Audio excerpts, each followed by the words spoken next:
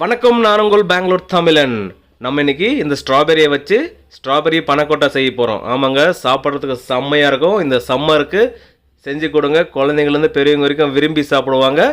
நீங்களும் இதே மாதிரி செய்யணும்னு இந்த வீடியோ முழுசாக பார்த்து செய்யுங்க, ரொம்பவே சூப்பராக வரும். செஞ்சு சாப்பிட்டு பார்த்துட்டு கமெண்ட்டில் சொல்லுங்கள் எப்படி வந்து நான் தெரிஞ்சுக்கிறேன். அப்படியே நம்ம சேனலை சப்ஸ்கிரைப் பண்ண பார்த்தா சப்ஸ்கிரைப் பண்ணுற பக்கத்துலேயே பெல் ஐக்கன் கிளிக் பண்ணிவிடுங்க. அப்போ தான் அடுத்தடுத்து போடுற நோட்டிஃபிகேஷன் வரும் உங்களுக்கு. வாங்க இப்போ வீடியோக்குள்ளே போகலாம்.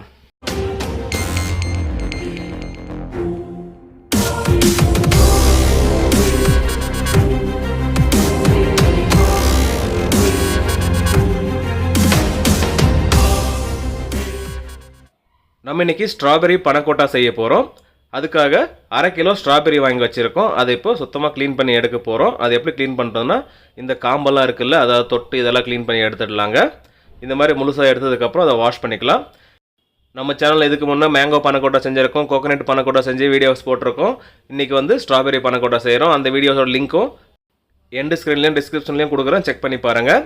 இந்த மாதிரி க்ளீன் பண்ணதுக்கப்புறம் இதை தண்ணி சேர்த்து வாஷ் பண்ணிக்கலாங்க. ஒரு 2 முறை தண்ணி மாற்றி நல்லா க்ளீன் பண்ணி எடுத்துக்கலாம். இந்த மாதிரி வாஷ் பண்ண ஸ்ட்ராபெரியை பாயில் பண்ண போகிறோம். அதாவது சுகர் போட்டு தண்ணி ஊற்றி பாயில் பண்ண போகிறோம். எதுக்காகன்னு கேட்டிங்கன்னா, இதை டைரெக்டாக அரைச்சி நம்ம பாலில் போட்டோம்னா என்ன ஆகும்னா, இதில் சிட்ரிக் ஆசிட் இருக்குது, அதனால் பால் கெட்டு போகிறதுக்கு வாய்ப்பு இருக்குது.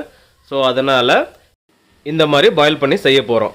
அதுக்கு 1 லிட்டர் தண்ணி ஊற்றிக்கலாம். அது கூடவே 1 கிலோ சுகர் போட்டிருக்கோம். அதாவது அந்த ஸ்ட்ராபெரியெல்லாம் மூழ்கிற அளவுக்கு தண்ணி ஊற்றிருக்கோங்க. இப்போ ஸ்டவ் ஆன் பண்ணிவிட்டு மீடியம் ஃப்ளேமில் வச்சிடலாம். ஒரு 10 நிமிஷம் கொதிக்கிட்டோம். இது இப்படியே இது ஒரு பக்கம் ரெடி ஆகட்டும். இன்னொரு பக்கம் பால் காய்ச்சி எடுத்துக்கலாம். இதுக்காக நம்ம ஒரு பாத்திரம் வச்சுட்டு அதில் 3 லிட்டர் பால் எடுத்துருக்கோங்க. இப்போ இது எல்லாத்தையும் இதில் உடச்சி ஊற்றிடலாங்க. நீங்கள் வந்து எந்த பிராண்டனா யூஸ் பண்ணுங்கள், ஃபுல் க்ரீமாக பார்த்து யூஸ் பண்ணிக்கோங்க, நல்லாயிருக்கும். 3 லிட்டர் பாலும் உடச்சி ஊற்றுனதுக்கப்புறம் ஒரு குடிப்பி போட்டுட்டு கிண்ட ஆரம்பிக்கலாங்க. கைவிடாமல் கிண்டிகிட்டே இருக்கணும், இல்லைனா அடிப்பிடிச்சிரும். மீடியம் ஃப்ளேமில் வச்சுக்கோங்க. இந்த பால் ஒரு கொதி வந்தாலே போதும். அதுக்கப்புறம் ஸ்டவ் ஆஃப் பண்ணிடலாங்க. ஸ்ட்ராபெரியும் பாருங்கள் கொதி வர ஆரம்பிச்சிடுச்சு. அடுத்ததாக ஜெலட்டின் ஊற வச்சுக்கணும். இதுக்காக நம்ம எடுத்துருக்கிறது ஒரு 40 கிராம் ஜெலட்டின் எடுத்திருக்கோம். இதை வந்து நார்மல் தண்ணியில் ஒரு 10 நிமிஷத்துக்கு அப்படியே ஊற வச்சிடலாங்க. தண்ணி சேர்த்ததுக்கப்புறம் அப்படியே விட்டுறாதீங்க, மிக்ஸ் பண்ணி விட்டுடலாம். அப்போ தான் லம்ஸ் இல்லாமல் இருக்கும். பாலும் பாருங்கள் ஒரு கொதி வந்துருச்சு. இந்த அளவுக்கு வந்தாவே போதுங்க. ஸ்டவ் ஆஃப் பண்ணிடலாம். அடுத்ததாக இதில் க்ரீம் சேர்த்துக்கணும். இதுக்கு வந்து நம்ம ஃப்ளெக்ஸி க்ரீம் எடுத்திருக்கோம். பால் 3 லிட்டர் எடுத்திருக்கோம். அதே ஈக்குவல் குவான்டிட்டி க்ரீம் எடுத்திருக்கோம்.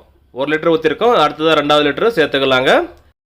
இந்த மாதிரி ஈக்குவல் குவான்டிட்டியில் சேர்க்குறப்போ அந்த பால் வந்து நல்லா திக்காக இருக்கும், நல்லா ரிச்சாகவும் இருக்கும் சாப்பிட்றதுக்கு. இப்போ 3 லிட்டர் க்ரீம் சேர்த்தாச்சுங்க. இந்த க்ரீம் வந்து இதே பிராண்டு தான் யூஸ் பண்ணணுமான்னு கேட்டிங்கன்னா அப்படி கிடையாது. உங்களுக்கு எந்த பிராண்டு பிடிச்சிருக்கோ அதே யூஸ் பண்ணிக்கலாங்க. க்ரீம் சேர்த்ததுக்கப்புறம் அப்படியே மிக்ஸ் பண்ணிவிட்டு அப்படியே எடுத்து பார்க்குறப்ப பாருங்கள் எவ்வளோ திக்காக இருக்குது பாருங்கள். இந்த பால் அப்படியே நல்லா சில்லுன்னு ஆறி வரட்டும். அடுத்த ப்ராசஸ் என்னென்னு பார்க்கலாம் வாங்க. இந்த ஸ்ட்ராபெரி பாருங்கள் 10 நிமிஷமாக கொதி வந்துட்டுருக்கு. இந்த அளவுக்கு வந்தாவே போதும். ஸ்டவ் ஆஃப் பண்ணிடலாம். அதுக்கப்புறம் இதை நம்ம ஒரு ஸ்ட்ரைனரில் போட்டு ஸ்ட்ரெயின் பண்ண போகிறோம். இந்த மாதிரி ஒரு ஸ்ட்ரைனர் வச்சுருக்கோம். இதில் போட்டுட்டு அப்படியே ஸ்ட்ரெயின் பண்ணிவிட்டு இந்த மாதிரி தேய்ச்சி விட போகிறோம். இந்த மாதிரி செய்கிறப்போ அந்த ஸ்ட்ராபெரியோட க்ரஷ் எல்லாம் நமக்கு கிடைக்கும். ஸோ நீங்கள் இதவே மிக்சியில் போட்டு செய்கிறீங்கனாக்கா ஃபுல் ஃபைன் பேஸ்ட் ஆகிடும். அதனால் இந்த மாதிரி செஞ்சிங்களானாக்கா நேச்சுரலாக இருக்கும் சாப்பிட்றதுக்கு. இந்த மாதிரி செய்கிறப்போ அந்த ஸ்ட்ராபெரி வந்து முழுசாக கரைஞ்சிருங்க. அந்த ஸ்ட்ரெயினர் வெளியே ஃபுல்லாக வந்துடும் வெளியே. அதுக்கப்புறம் அது இந்த வாட்டர்லேயே வச்சுட்டு அப்படியே மிக்ஸ் பண்ணலாங்க.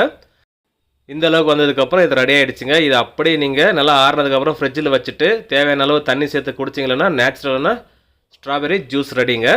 நம்ம வந்து பனக்கொட்டா செய்கிறதுனால இதில் ஸ்ட்ராபெரி க்ரஷும் சேர்த்துக்கிறோம். இதுக்காக நம்ம எடுத்துருக்கிறது 750 ml ஒரு பாட்டில், ஃபுல் பாட்டில் அப்படியே எடுத்துருக்கோங்க. இந்த ஸ்ட்ராபெரி க்ரஷ் சேர்த்ததுக்கப்புறம் பாருங்கள் நல்லா திக்காகி வந்திருக்கு. நம்ம செஞ்சிட்ருக்கிறது ஒரு 200 பேர் சாப்பிட்ற அளவுக்கு இது குவான்டிட்டிங்க. ஸோ அதனால் இந்த மாதிரி திக்காக செஞ்சுருக்கோம். இதை வந்து நம்ம ரெடி பண்ணி வச்சுருக்கிற பாலில் சேர்க்கணும். கொஞ்சம் ஆறி வரட்டும். அதுக்கு முன்னே நம்ம ஜெலட்டின் எடுத்து ஊற வச்சுருந்தாலே 10 நிமிஷமாக நல்லா ஊறி வந்திருக்கு.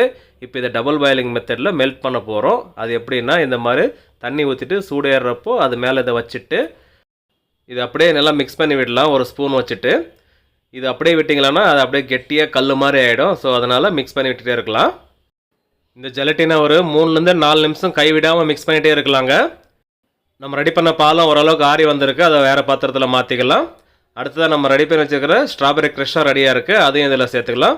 இது சேர்க்குறப்போ கண்டிப்பாக பால் வந்து நல்லா சூடு கம்மியாக இருக்கணுங்க. மிதமான சூட்டில் சேர்த்துக்கணும். இந்த ஜெலட்டின் பாருங்கள் 4 நிமிஷமாக இந்த மாதிரி நல்லா மிக்ஸ் பண்ணிகிட்டே இருந்தோம். அதுக்கப்புறம் நல்லா லிக்விட் ஃபார்ம் வந்துருக்கு பாருங்கள். இந்த அளவுக்கு வந்தால் போதும், ரெடி ஆகிடுச்சிங்க.